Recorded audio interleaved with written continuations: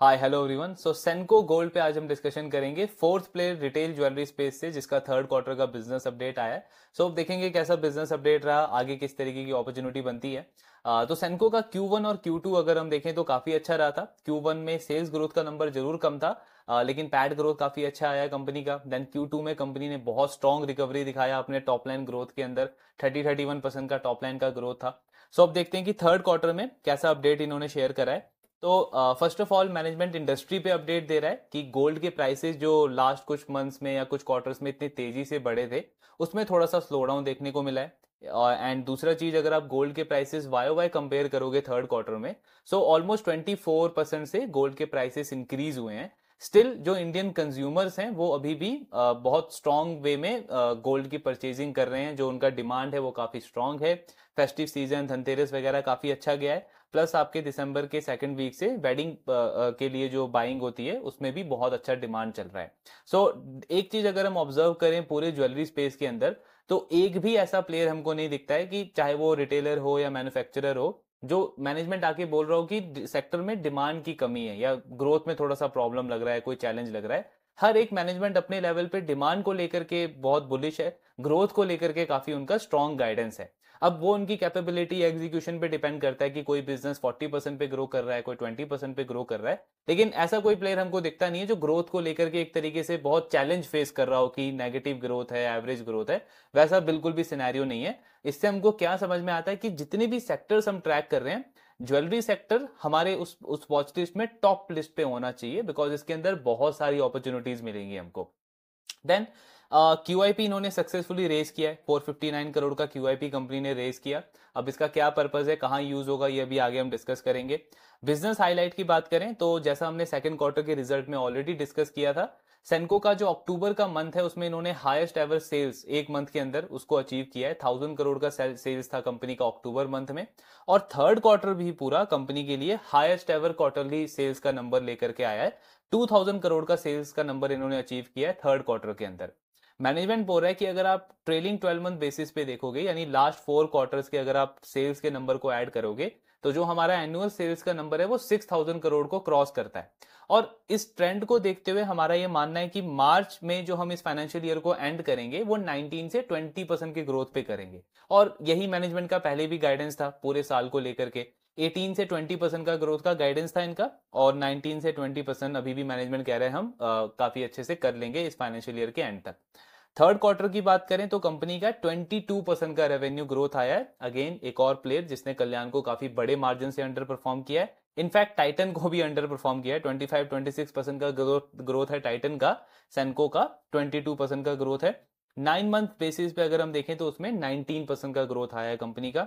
Management कह रहा है कि जो इन्होंने अपने कॉन कॉल में भी बोला था, टियर 3 टियर 4 सिटीज जो हैं, टाउन्स जो हैं, उनमें इनको बहुत अच्छी ग्रोथ देखने को मिल रही है कंपेयर टू मेट्रो सिटीज या टियर 2 सिटीज। उस ग्रोथ को एक्चुअली वो आउट परफॉर्म कर रहे हैं इनके। इसको आप रिलेट कर सकते हो बहुत सारी FMCG या कंज्यूमर ड्यूरेबल कंपनीज जो हैं उनकी कमेंट्री के साथ में भी, बिकॉज उनकी मैनेजमेंट भी क्या कह रही है कि अर्बन एरिया में हमको स्लो डाउन देखने को मिल रहा है डिमांड के अंदर। सेम ये सिनेरियो था 1-2 साल पहले तक रूरल एरिया के अंदर, जहां पे हम देख रहे थे कंपनीज लाइक रिलैक्सो या बहुत सारी FMCG कंपनीज जिनका वॉल्यूम ग्रोथ का नंबर बिल्कुल रुक गया था, या तो नेगेटिव ग्रोथ थी या 1-2-3% के आसपास का ग्रोथ था। बिकॉज रूरल डिस्ट्रेस था, लोगों के इनकम पे काफी इंपैक्ट पड़ा था, इन्फ्लेशन का इंपैक्ट पड़ा था, जिससे डिमांड बिल्कुल चली गई थी रूरल एरियाज में। अब वो सेम चीज हमको देखने को मिल रही है अर्बन एरिया में। रूरल में रिकवरी हुई है लास्ट 1-2 क्वार्टर के। अगर आप इस क्वार्टर में भी जैसे मैरिको जैसी कंपनी का नंबर देखोगे तो उनका I think double digit volume growth आया है। उस रूरल में रिकवरी हो रही है, लेकिन अब उसका बिल्कुल अपोजिट अर्बन एरिया में डिमांड में थोड़ा सा वीकनेस देखने को मिल रहा है, जैसे बेक्टर ने भी बोला था अपने कॉन कॉल के अंदर। तो ये चीज प्ले आउट होती हुई दिख रही है हमको सेंको के साथ में भी। इनका जो मेट्रो का जो डेटा है या जो टियर 2 सिटी का जो नंबर है वो इतना अच्छा नहीं है जितना इनका टियर 3 टियर 4 सिटी का बिजनेस आ रहा है। सेम स्टोर सेल्स ग्रोथ की बात करें तो 13-14% का सेल्स ग्रोथ का नंबर है। मतलब इनका गाइडेंस भी इतना ही रहता है, 12-13% के आसपास। उसी के अकॉर्डिंग इन्होंने परफॉर्म किया है। लेकिन हमको क्या देखना है, पूरे इंडस्ट्री के अकॉर्डिंग देखना है, हमको पूरा पर्सपेक्टिव देखना है, पूरा पिक्चर समझना है। तो अगर आप सेंको का टोटल नंबर ऑफ स्टोर देखोगे तो आई थिंक 160-170 के आसपास टोटल नंबर ऑफ स्टोर्स हैं सेंको के। अगर हम इसका बेस देखें, रेवेन्यू का बेस देखें, तो टाइटन से ये ऑलमोस्ट 10 टाइम छोटा है, कल्याण से ये ऑलमोस्ट 3 टाइम छोटा है। और टाइटन और कल्याण का सेम स्टोर सेल्स ग्रोथ का नंबर कितना आया है? 24%, 22%, इस बड़े रेंज पे आया है, इतने हाई बेस के ऊपर भी। सो उसके कंपैरिजन में अगर हम कंपेयर करते हैं तो ये बहुत एवरेज नंबर लगता है, बिकॉज इतना छोटा प्लेयर है तो ग्रोथ तो अच्छा आना चाहिए। जब पूरी इंडस्ट्री इतना अच्छा कर रही है, स्ट्रॉन्ग टेलविंड है, डिमांड स्ट्रॉन्ग है, और बाकी जो इतने बड़े बड़े प्लेयर हैं जिनका बेस इतना बड़ा बन चुका है, स्टिल जब वो 20s में ग्रो कर रहे हैं, तो सेंको का एटलीस्ट उनके आसपास के नंबर तो आना ही चाहिए। तो उससे अगर हम कंपेयर करते हैं तो ये काफी एवरेज नंबर लगता है हमको। देन स्टड रेशियो, अगेन इस कंपनी का देखेंगे तो इंप्रूव नहीं हो रहा है। मैनेजमेंट ने एक्चुअली बोला भी था लास्ट कॉन कॉल में कि हमारा मानना है कि स्टड रेशियो इस फाइनेंशियल ईयर में हमारा यहीं पे रहेगा 10-11% के आसपास। उसका रीजन इन्होंने ये दिया है कि इस पूरे साल में गोल्ड के प्राइसेस जो इतने तेजी से बढ़े हैं, तो कंज्यूमर्स की प्रेफरेंस ये रही है कि वो गोल्ड ज्वेलरी को ही ज्यादा परचेज कर रहे हैं, बिकॉज उनका मानना है कि इन्वेस्टमेंट पर्पज से भी ये एक थोड़ा सा ज्यादा बेटर सूट कर रहा है हमको, क्योंकि प्राइस एप्रिसिएशन काफी तेजी से उन्होंने देखा है पिछले 1-2 सालों में। तो डायमंड ज्वेलरी के ऊपर गोल्ड ज्वेलरी को ज्यादा प्रेफरेंस दी जा रही है, इसीलिए कंपनी का कहना है कि स्टड रेशियो हमारा इस साल में भी बहुत ज्यादा इंप्रूव ना हो। हालांकि इनका जो कॉम्पिटिटर है पीएन गडगिल, जिसका भी स्टड रेशियो इतना ही है 10-11% के आसपास, उन्होंने अपने थर्ड क्वार्टर के बिजनेस अपडेट में काफी अच्छा ग्रोथ दिखाया है। डायमंड ज्वेलरी में 40% का ग्रोथ था उनका, बट सेंको का कुछ खास स्टड रेशियो इंप्रूव हुआ नहीं है। ओल्ड गोल्ड प्रोग्राम इस पूरे सेक्टर के लिए काफी अच्छा चल रहा है। आई थिंक टाइटन ने इस चीज को स्टार्ट किया था, उसके बाद कल्याण ने, सेंको ने, धीरे धीरे बहुत सारी कंपनीज ने इसको फॉलो किया, और सबके लिए बहुत अच्छा इसका रिस्पॉन्स आया है।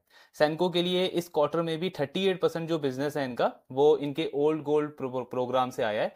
और इसमें से 62% जो गोल्ड्स आए हैं कंपनी के पास में, वो नॉन सेंको कस्टमर्स से आए हैं। इसका मतलब क्या हुआ कि जो ट्रेंड हम देख रहे हैं अनऑर्गेनाइज से ऑर्गेनाइज प्लेयर की तरफ मार्केट शेयर शिफ्ट हो रहा है, वो बहुत फास्ट पेस पे चल रहा है। बिकॉज ये सारे जो 62% जो कस्टमर्स हैं, ये नॉन सेंको कस्टमर्स हैं। इन्होंने किसी may be local jewellery shop से या किसी अनऑर्गेनाइज प्लेयर से उस ज्वेलरी को लिया था, और अब क्योंकि उनको हॉल मार्किंग भी करानी है उस गोल्ड ज्वेलरी की, प्लस गोल्ड के प्राइसेस भी इतनी ज्यादा बढ़ गए हैं, तो उसमें आपको ये ओल्ड गोल्ड प्रोग्राम एक और तरीके से हेल्प करता है आपकी परचेजिंग के लिए। तो ये प्रेफर कर रहे हैं एक ऑर्गेनाइज ज्वेलर को। इसीलिए आप देखोगे कि इस पूरे सेक्टर में सेंको, गडगिल, कल्याण, टाइटन, ये सब इतने हाई पेस पे ग्रो कर पा रहे हैं पिछले इतने सालों से, और आगे भी करने का बहुत बड़ा चांस है। बिकॉज इनका जो कंपटीशन है वो एक दूसरे से कम है, प्लस ऑर्गेनाइज प्लेयर्स के साथ में ज्यादा है, क्योंकि उनके पास 60-70% का मार्केट शेयर है, इन प्लेयर्स के पास में 35-40% का मार्केट शेयर है। सो नेक्स्ट 4-5 ईयर्स तक ये सारी कंपनीज ऑर्गेनिकली 20-25% से बहुत इजीली ग्रो कर सकती है, क्योंकि स्कोप इतना बड़ा है, अपॉर्चुनिटी इतनी बड़ी है इन कंपनीज के पास में। देन इनका जो लाइफस्टाइल ब्रांड है सैनीज करके, जिसमें company lab grown diamond plus जो कुछ लेदर एसेसरीज वगैरह होती हैं वो सेल करती है, उसका कुछ इन्होंने बिजनेस अपडेट अभी शेयर किया नहीं है इस क्वार्टर में। लास्टली अगर हम शोरूम के ऊपर बात करें तो टोटल 170 शोरूम्स हैं सेंको के। 9 मंथ्स के अंदर इन्होंने अभी तक 12 शोरूम्स ऐड करे हैं, और उत्तराखंड में इनका एंट्री हुआ है, फर्स्ट शोरूम इन्होंने ऐड किया है देहरादून में। मैनेजमेंट कह रहा है कि फोर्थ क्वार्टर को जो हम एंड करेंगे, मतलब इस फाइनेंशियल ईयर को जब हम एंड करेंगे, तो टोटल नंबर ऑफ स्टोर जो है वो हमारा 18 से 20 हम ऐड कर लेंगे इस पूरे फाइनेंशियल ईयर के अंदर। यानी अभी 9 मंथ्स में आपने 12 शोरूम्स ऐड किया है, फोर्थ क्वार्टर में 6 से 7 या 8 स्टोर्स कंपनी और ऐड करेगी, और टोटल नंबर ऑफ स्टोर्स इनका 180 के आसपास हो जाएगा by the end of FY25। तो अगर आप इनका पूरा एक्सपेंशन का ग्रोथ देखोगे तो कितना ग्रोथ हुआ, लगभग 14-15% से कंपनी अपना स्टोर एक्सपेंशन कर रही है। अब यहीं पे अगर हम इनका सबसे बड़े कॉम्पिटिटर कल्याण को देखें तो उसका एक्सपेंशन ग्रोथ कितना है, ऑलमोस्ट 30 से 35%। ऑलरेडी वो कंपनी पिछले 2-3 सालों में 30-35% पे अपने स्टोर्स को एक्सपैंड कर चुकी है। इस साल भी लगभग 130 स्टोर्स उन्होंने ऐड कर दिए हैं, और मैनेजमेंट कह रहा है कि नेक्स्ट ईयर में भी 30% से अपने स्टोर्स को इंक्रीज करेंगे। लेकिन उसी के कंपैरिजन में हम सैनको को देखते हैं तो इनका जो स्टोर एक्सपेंशन है वो भी काफी एवरेज लगता है, 14-15% से कंपनी अपने नंबर ऑफ स्टोर्स को इंक्रीज कर रही है। सो ये पूरा बिजनेस अपडेट है सैनको गोल्ड के ऊपर। अब QIP अपडेट की अगर हम बात करें, तो जो 459 करोड़ का इन्होंने QIP रेज किया है, उसमें से लगभग 200 करोड़ के आसपास इनकी मैनेजमेंट का कहना है कि हम यूज करेंगे न्यू स्टोर एक्सपेंशन के लिए। ऑन एन एवरेज 20 से 25 करोड़ का इन्वेस्टमेंट लगता है सैनको को एक न्यू स्टोर को ओपन करने के लिए, और इनका गाइडेंस है कि अगले 2-3 ईयर्स के लिए ये एनुअली 18 से 20 स्टोर ऐड करते रहेंगे। तो मतलब इनका 200 करोड़ के आसपास जो है वो स्टोर एक्सपेंशन में जाएगा अगले 2-3 क्वार्टर्स के अंदर। बाकी जो 150 करोड़ है वो कंपनी यूज करेगी इन्वेंट्री मैनेजमेंट के लिए। सो बेसिकली अगस्त के मंथ में इन्होंने एक थोड़ी सी सिचुएशन फेस करी थी जहां पे ड्यूटी कट की वजह से डिमांड तो बहुत स्ट्रांग थी। मतलब इनके स्टोर्स पे फुटफॉल काफी ज्यादा थे, इंक्वायरीज काफी अच्छी थी कस्टमर्स की। लेकिन सेनको चाह के भी वहां पे बहुत ज्यादा माल नहीं बेच पाया, बहुत ज्यादा सेल नहीं कर पाया, बिकॉज इन्वेंट्री की कमी थी, कैपिटल मैनेज करना था, वर्किंग कैपिटल मैनेज करना था, डेट टू इक्विटी रेशियो को मैनेज करना था। सो ये सारे चैलेंजेस थे जिसकी वजह से अपॉर्चुनिटी थी कंपनी के पास में, स्टिल ये और ज्यादा ग्रो कर सकते थे, बट वहां पे वो नहीं कर पाए बिकॉज ऑफ इनसफिशिएंट कैपिटल। सो वही मेन रीजन है जिसने इनकी इस फंड रेस को ट्रिगर किया। इन्होंने लास्ट कॉन कॉल में भी इस चीज को बताया था। तो एक्चुअली इसको आप रिलेट कर सकते हो थोड़ा थोड़ा केबल एंड वायर सेक्टर में, केईआई और पॉलीकैब के साथ में भी ऐसा ही हुआ था। जैसे जहां पे पॉलीकैब ने टाइमली कैपेसिटी इंक्रीज कर दिया था और पॉलीकैब का ग्रोथ बहुत अच्छा चला गया, जो एक्स्ट्रा डिमांड आई उसको वो कंपनी केटर कर पाई। सेम जैसे कल्याण ने इस सेक्टर में किया, टाइमली उन्होंने स्टोर एक्सपेंशन अपना बहुत तेजी से बढ़ाया, 30-40% से, एक्स्ट्रा कैपिटल अच्छे से यूज किया कंपनी ने। बट सैनको में भी टाइमली एग्जीक्यूट नहीं कर पाया, टाइमली उनका कैपेसिटी इंक्रीज नहीं कर पाए, एंड उसकी वजह से जो वो इंक्रीज आया था डिमांड में उस टाइम पे, उसको वो अच्छे से यूटिलाइज नहीं कर पाए। सो ग्रोथ उनका 30% जरूर था, लेकिन उसको कंपनी और अच्छे अच्छे से कर सकती थी थर्ड और सेकंड क्वार्टर के अंदर। तो वही देखते हुए कंपनी का कहना है कि जो बाकी का 150 करोड़ है उसको हम इन्वेंट्री मैनेजमेंट के लिए यूज करेंगे। देन जो बाकी का 100 करोड़ है वो कंपनी नॉर्मल कॉर्पोरेट पर्पस के लिए, मार्केटिंग के लिए, प्लस जो इनका सब्सिडी है चाइनीज करके, उसके ऊपर थोड़ा बहुत इन्वेस्टमेंट करेगी। तो ये इनका पूरा रहेगा क्यूआईपी के ऊपर। अब अगर हम अपॉर्चुनिटी की बात करें तो मतलब वही पॉइंट है कि कल्याण के साथ अगर हम इसको कंपेयर करें तो काफी अंडर परफॉर्मेंस लगता है। इनफैक्ट कल्याण को अगर हम एक्सक्लूड भी कर दें, जो इस सेक्टर का सबसे बड़ा प्लेयर है जिसका बेस इतना बड़ा है, टाइटन 750 स्टोर के ऊपर वो 25-26% पे ग्रो कर रहा है। सो चाहे गडगिल हो या आपका सैनको हो, उनकी ग्रोथ को भी बीट नहीं कर पा रहे हैं। सैनको का ग्रोथ 22% है, गाडगिल का ग्रोथ 24% है। आई मीन तो इस परफॉर्मेंस के साथ में एक बहुत स्ट्रॉन्ग रीरेटिंग में एक्सपेक्ट करूं इन कंपनी से या इन स्टॉक से, तो वो काफी अनफेयर हो जाता है। सो वही जो हमने कल भी डिस्कस किया था कि नंबर 1 प्लेयर इस सेक्टर में कौन बनता है, वही कल्याण ज्वेलर बनता है, जिसकी परफॉर्मेंस कंसिस्टेंट है और सबसे हाईएस्ट पेस पे वो ग्रो कर रहा है। और यहाँ पे वो रैशनल बिल्कुल हम यूज नहीं कर सकते कि इनका लो पी है या लो वैल्यूएशन है, बिकॉज वी नो मार्केट हमेशा रिवॉर्ड किसको करेगा, जिसका परफॉर्मेंस सबसे अच्छा है। और अगर आप सैनको और कल्याण की परफॉर्मेंस में देखोगे तो ऑलमोस्ट 100% का गैप है, बिकॉज कल्याण का इंडिया का जो बिजनेस है वो 41% पे ग्रो किया है, सैनको का इंडिया बिजनेस 22% पे ग्रो किया है। तो इतने बड़े गैप पे मैं ये नहीं बोल सकता कि इसका तो पी लो है तो इसको तो वैसा वैल्यूएशन मिलना चाहिए, वो जस्टिफाई नहीं है। बिकॉज आपके अपने रीजन हो सकते हैं, वो मे बी आपको, आपके लिए वो रीजन वैलिड हो सकते हैं कि आपके पास इन्वेंट्री की कमी थी, आपके पास कैपिटल का कमी था, आपके पास मैन पावर का चैलेंज था।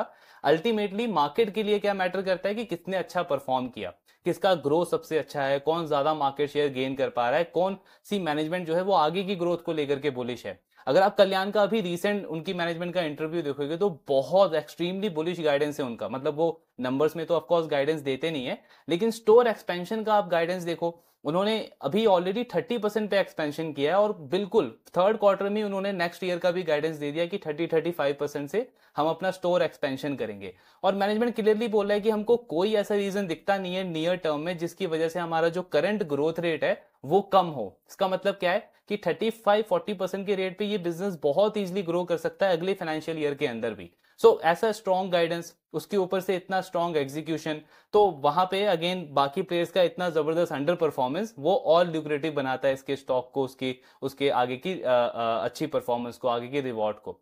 बाकी ट्रैकिंग हमको कंटिन्यू रखना है। सेकंड बेस्ट ऑप्शन अगर मुझे ऑफकोर्स चूज करना हो कल्याण के बाद में, तो ये दोनों अच्छे प्लेयर लगते हैं, पीएन गडगिल, सैनको गोल्ड।